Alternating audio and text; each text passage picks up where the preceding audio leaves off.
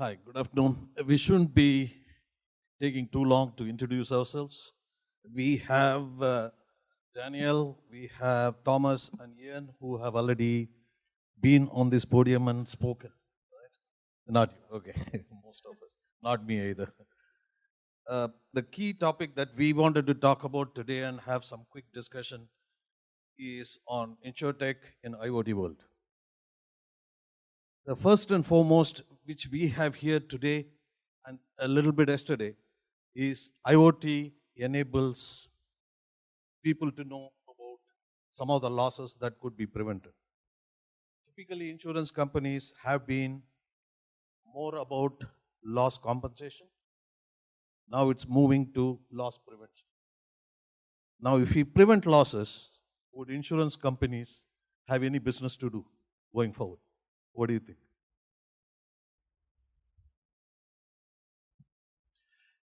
So I might start answering that question. So my name is Thomas Dijohn from Dacadoo, up there.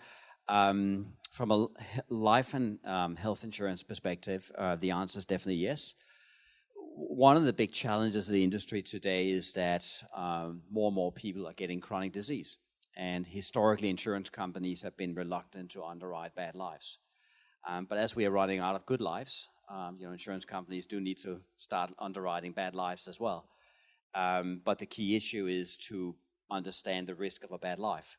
Right now we have poor data or we have missing data. So this is where IoT comes into the picture, getting more data, getting more up-to-date data, and thereby better understand and continue to understand the risk of a bad life.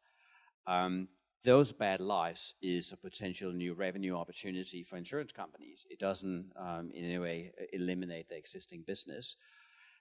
Taking that a step further, bad life is going to be very expensive. A consumer may say, listen, I can't afford to pay $20,000 a year because I have a bad life. So conversations we, for instance, have with insurance companies is they say, well, what if we could say this is going to cost you a lot of money, but we can also help you get more healthy and thereby lower the risk, and we can give you a more palatable premium as well. And I think that conversation is going to change the insurance industry from becoming a reactive insurer of sickness and death to become much more of a assurer of a good life and a life companion. And I think that opens up a completely new revenue opportunity and a new market position in the minds of people. So I definitely don't see it as a risk. I see it as very much a driver of change, and that's going to reshape the industry. Health and life, yeah. While there might be some reduction in the typical business, but there would be potentially better new areas. Now, what about on the non-life? Say, for example, automobile insurance. Now, people Google coming with the driverless cars and people knowing how the driving pattern is and preventing any of the car breakdowns and stuff like that. Do you think the automobile is going to go off and no more business? I'm not really an expert, but I'm getting there. That's a good question. I mean, it's on the tip of everyone's tongues, especially in the industry itself. We are starting to see, for example, Tesla with a few fatal crashes which are occurring, and everyone's really interested to make some sort of conclusion and analysis. Unfortunately, though, the topic here is really about who owns the data. For example, Tesla is not really willing to share or be very transparent with a lot of the conclusions of these crashes at this stage until they're probably subpoenaed by court. And similar to Apple, where they didn't release the special key for the FBI that wanted to tap into the terrorist's phone. So the question about data and IoT is all related and responsibility to, let's say, understanding where these crashes are occurring. So I think it's a complicated problem that probably will be solved, unfortunately, once we see more issues occur. It's very difficult to predict. I have a few thoughts on that. My name is Myles from Area 51. In the automotive space, tracking a lot of the developments going on in California with great interest because it's such a shifting landscape and it's happening very, very quickly, far faster than a lot of would.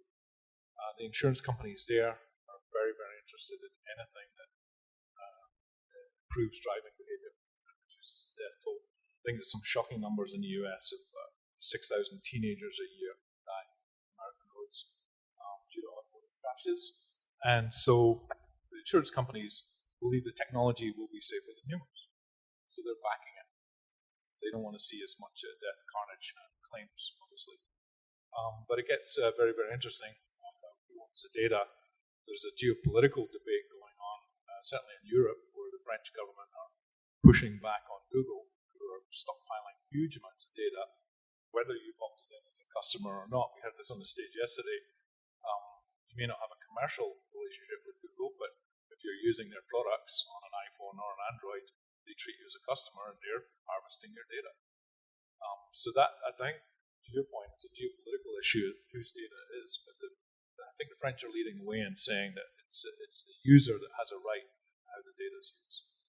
If you bring it away from automotive space and then start talking about medical and wearables, the big hysteria would be that the insurance companies would judge me if I reveal too much information to them. But I think that's shifted where insurance companies are realizing they need to be your friend, not just view you as an economic opportunity. So there's an enormous uptick in the number of wellness programs where your insurance company is trying to be in touch with you more frequently than just taking your money or disputing your claim. They're actually interested in how well you are because everybody's interest is in doing well. Now they're using technology across the board to do that. That's very interesting. One of the next questions I was going to ask, not necessarily right now, but it is important that in Asia, most of the people believe, the individuals, me and my data is mine. I own the data and I want to be quote unquote private. I want to release what I want to release. So which makes it a lot more difficult. And some of the insurers have told me, okay, we talk about Fitbit. What happens if I tie the Fitbit to my dog, which chases its own tail of the day? And people think I have run a lot and done a lot of work. So it happens to both sides to say, we can't, our individuals don't want to release their health data to everybody. And there's always a challenge that the Fitbit and other things can be misused, especially with the Asians, feeling very conservative about their own data. Yeah, if I may comment on that, I think there's two things you're mentioning here. The thing is about sharing of data, and the other one is fraud prevention, really. There's a lot of surveys being done around people's willingness to share data. Some is done in a clinical setting, some is done in employer setting, some is done in insurance setting. And the answers are the same. People are ready to share information if they get something back of value. Right? It's a social media thing we see coming through now. If 10 years ago you showed someone what people are putting on Facebook today, they would have been shocked. Okay? People are happy to share a lot about their lives, often in real time, probably even as we speak right now with Twitter, because they expect friends and family are going to share the equal level of information. So that sharing is just, the issue of privacy is beginning to disappear gradually. It doesn't mean everyone. There are, segments that certainly doesn't want to do it, but we see more and more people are happy to go to contribute for this something for something economy. So people are ready to share, but the key thing is they need to get something back of value. And that value can be a good advice. It can be a reduction in a premium. It can be a handshake with a movie star. What do I know? People have different motivations, really. So that's the thing I want to say about sharing. It's different. People are ready to share, but you got to find that value that will get them to share. On the fraud detection thing, there's actually a number of things you can do, and we're working into, because we're always being asked that question, how do you prevent exactly that situation? So a number of things you can do. First of all, I'll give you 3 or 4 examples here. You can look at things like outliers of data. If suddenly someone does something completely different from what they've done in the past, you can eliminate it until they establish this is a permanent change in behavior. You can have, if someone is out running or swimming or whatever, you could actually, while they do it, you can contact them and say, can you just confirm you're actually doing this exercise? Now, if your dog is running around with Fitbit, the dog is not going to respond. And that means you can take those 50,000 steps out of the equation as well. You can do things like restricting the access to a healthcare professional. So things like medical history, a family history, your lipids and what have you. You say, I'll take that out of the consumer's hand, especially where insurers offer rewards for the right thing. You're basically just giving a blank check. You can restrict that and give it to a healthcare professional, and then only they can contribute those things as well. And you can look at, the last thing I want to mention is you can look at things like consistency. So if you've got a number of data points and they are inconsistent, then you know that somewhere there's something that's not right. And then you can look at imputation models and look at to predict what would be the right number, and then determine whether that number should be taken out as well. So there's plenty of things you can do around fraud protections. They work in combination, not just individually, but as a combination of that, you can really eliminate a lot of those things, and that's happening right now. I'd like to just add to that. I'm one of those guys that would try and game the Fitbit. I've got drawers full of wearables. I've been working in the space for a long time. I would put them on my ankle and go for a bike ride, and then see what I would get from it. And it was designed to go on the wrist, which is a completely different motion than an ankle going around the crank. There's always going to be people who will push and try and game. The quality of the analytics, the quality of the sensing, the quality of the thinking, and our understanding about how to approach this whole space is just getting better and better. But I think the whole privacy topic is near and dear to my heart. I have a lot of conversations in Singapore around this, but it varies with culture. It's going through an intense amount of analysis just now, and some of what I would call the great thought leaders in Silicon Valley, Vint Cerf, who's almost like the grandfather of the internet, he thinks privacy might be a historical anomaly. It appeared briefly in the middle of the last century and is surely disappearing. Anybody under 30 who's had a very digital existence cannot expect privacy, because their earliest grades in kindergarten will be recorded all the way through. Kaspersky thinks that you can have privacy, but you cannot have anonymity. Just the sheer top-down pressure in the fintech space around compliance, AML, CTF, require financial institutions to know how value is being transferred. So I move $10 from here to you if you're my insurance provider, or there's a reward going the other way because I've done my 10,000 steps as I promised you I would, and I'm getting some incentive to do that. Every single transfer, even micro transfers, are going to be reported.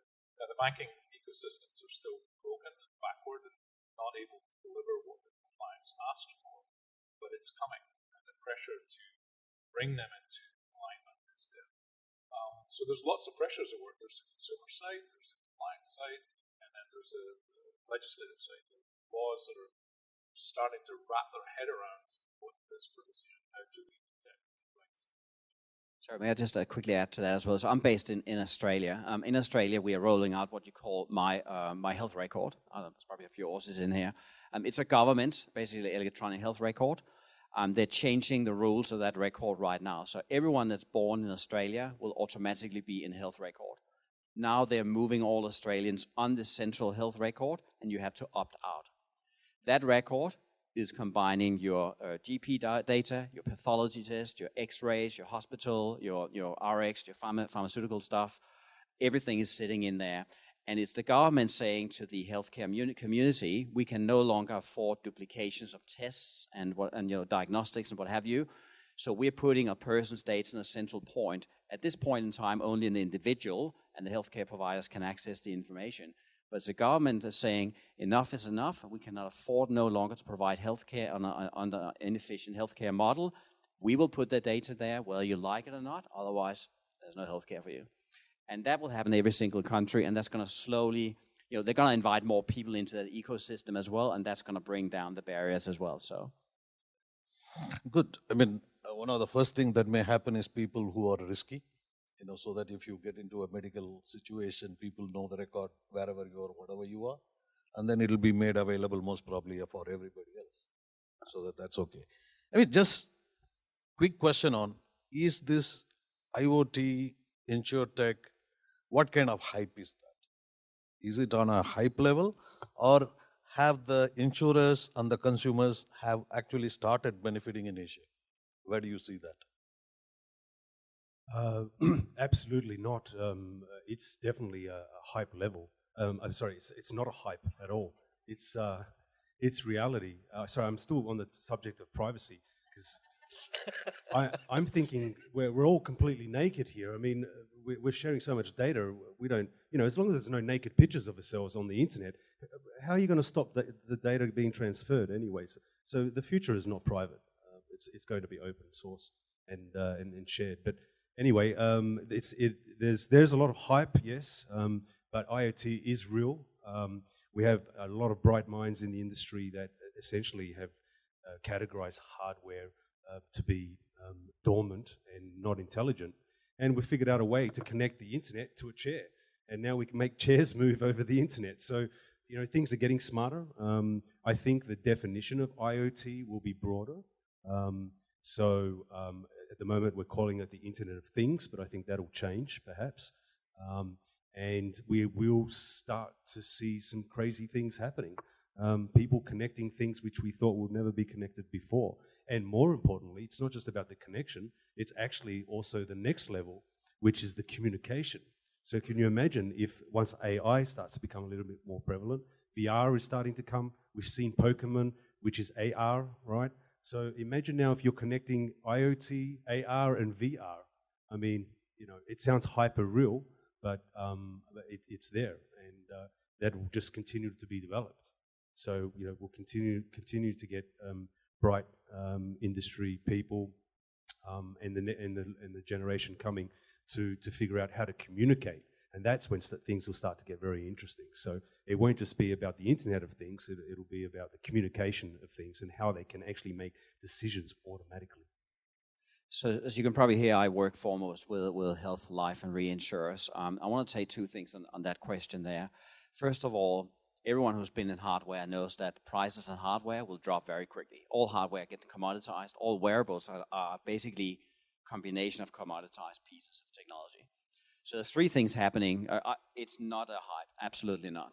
There's three things happening in wearables today as an example of an IoT. First of all, prices are crashing. We talked about Fitbit earlier. Fitbit today is very much a premium product. Okay, I wear a small Misfit down here. It's about $30. You can go and buy a Xiaomi Band 2 for $23. It does exactly the same things, okay? Price is no longer being an issue when it comes to wearables, and it's going to be even cheaper. The other thing that happens is wearables are becoming less intrusive. So it used to be we all had these fancy bands and it would catch the attention of people and they want to have a conversation. Well, if you are obese and overweight or you have a condition, you don't want to have a conversation. So more devices are becoming in the form of patches, jewelries, what have you, and that means that opens another market as well. And finally, we're seeing more medical-grade devices coming out, so the healthcare community is beginning to use it, which means there's a level of credibility, and again, there's a wider group of people that are going to use it. So we're going to see wearables 2.0 coming through. That's going to be very, very different, and ultimately everyone's going to have some form of wearable. Just to give you a very quick example, University of Buffalo in the US came out a couple of months back.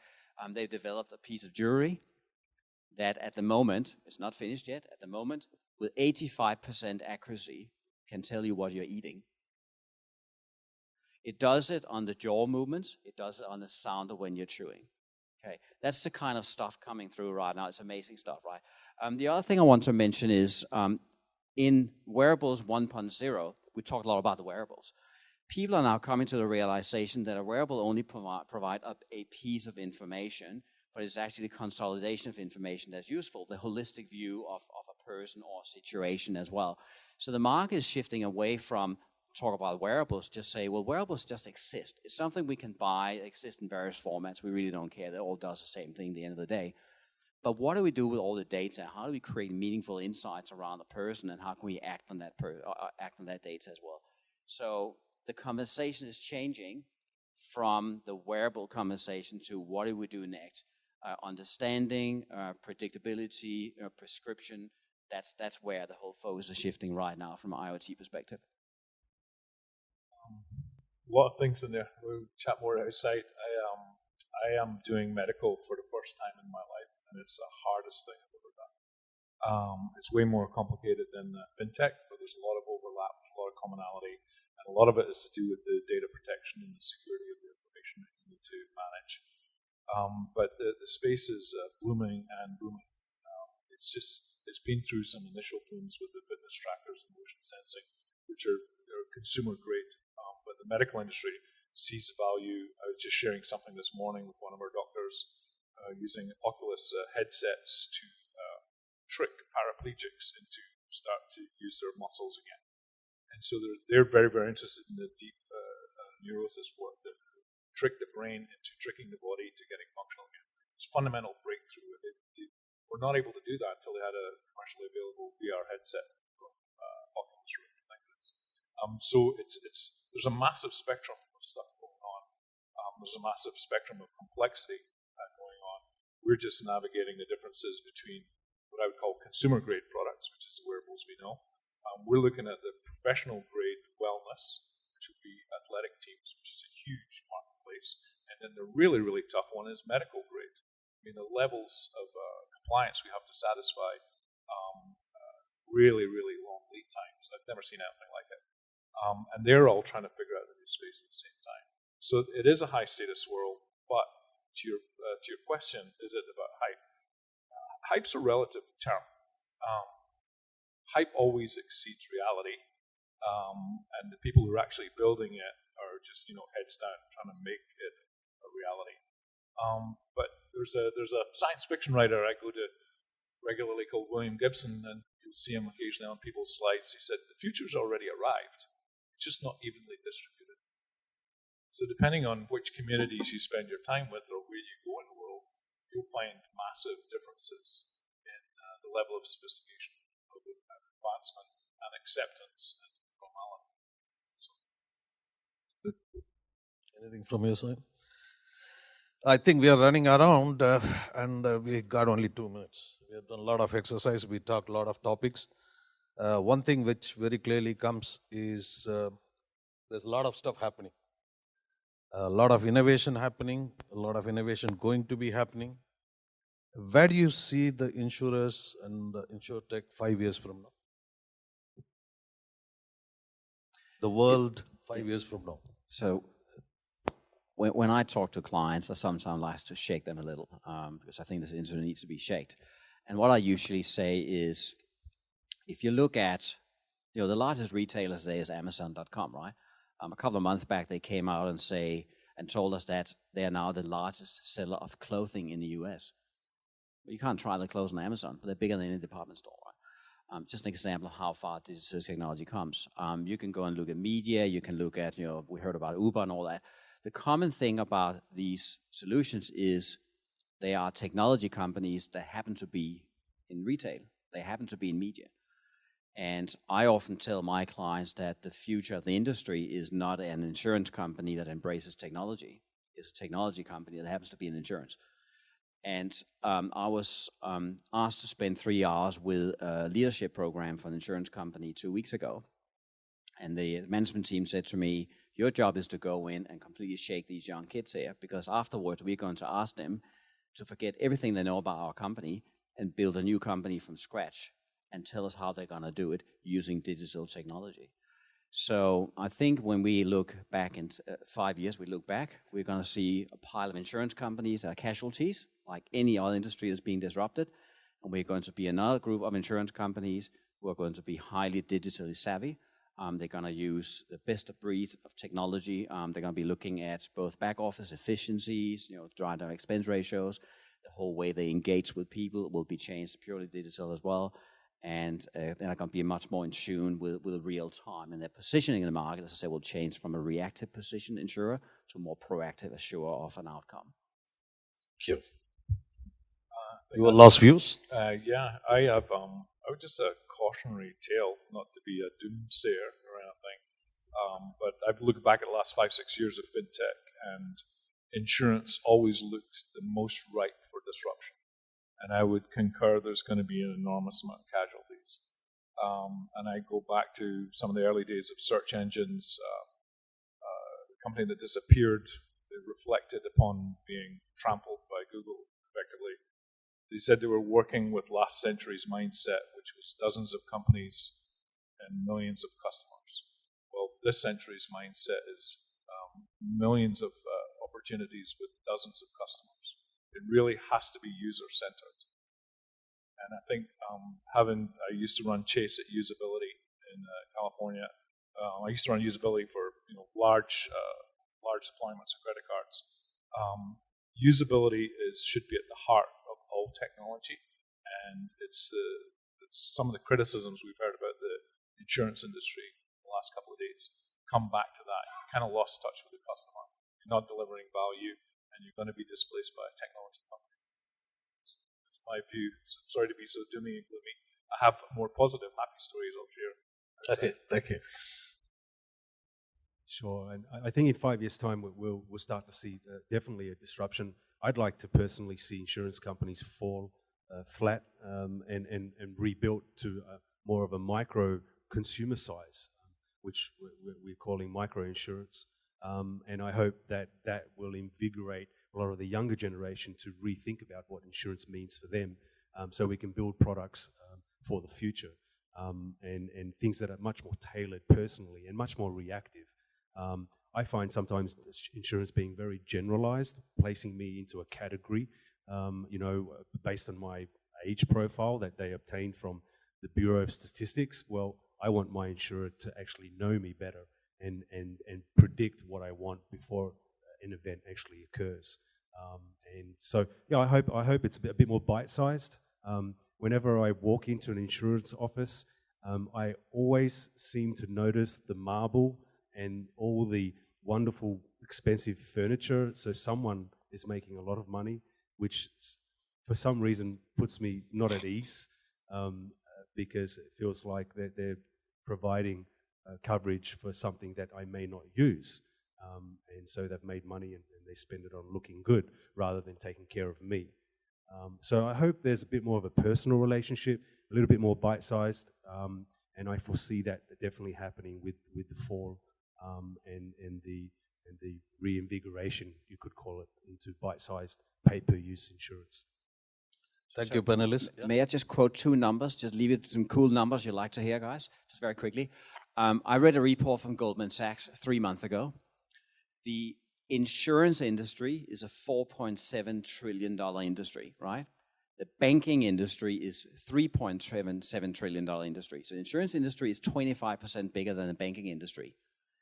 At the moment, the money that's flowed into banking for innovation is 10 times bigger than what has flown into insurance.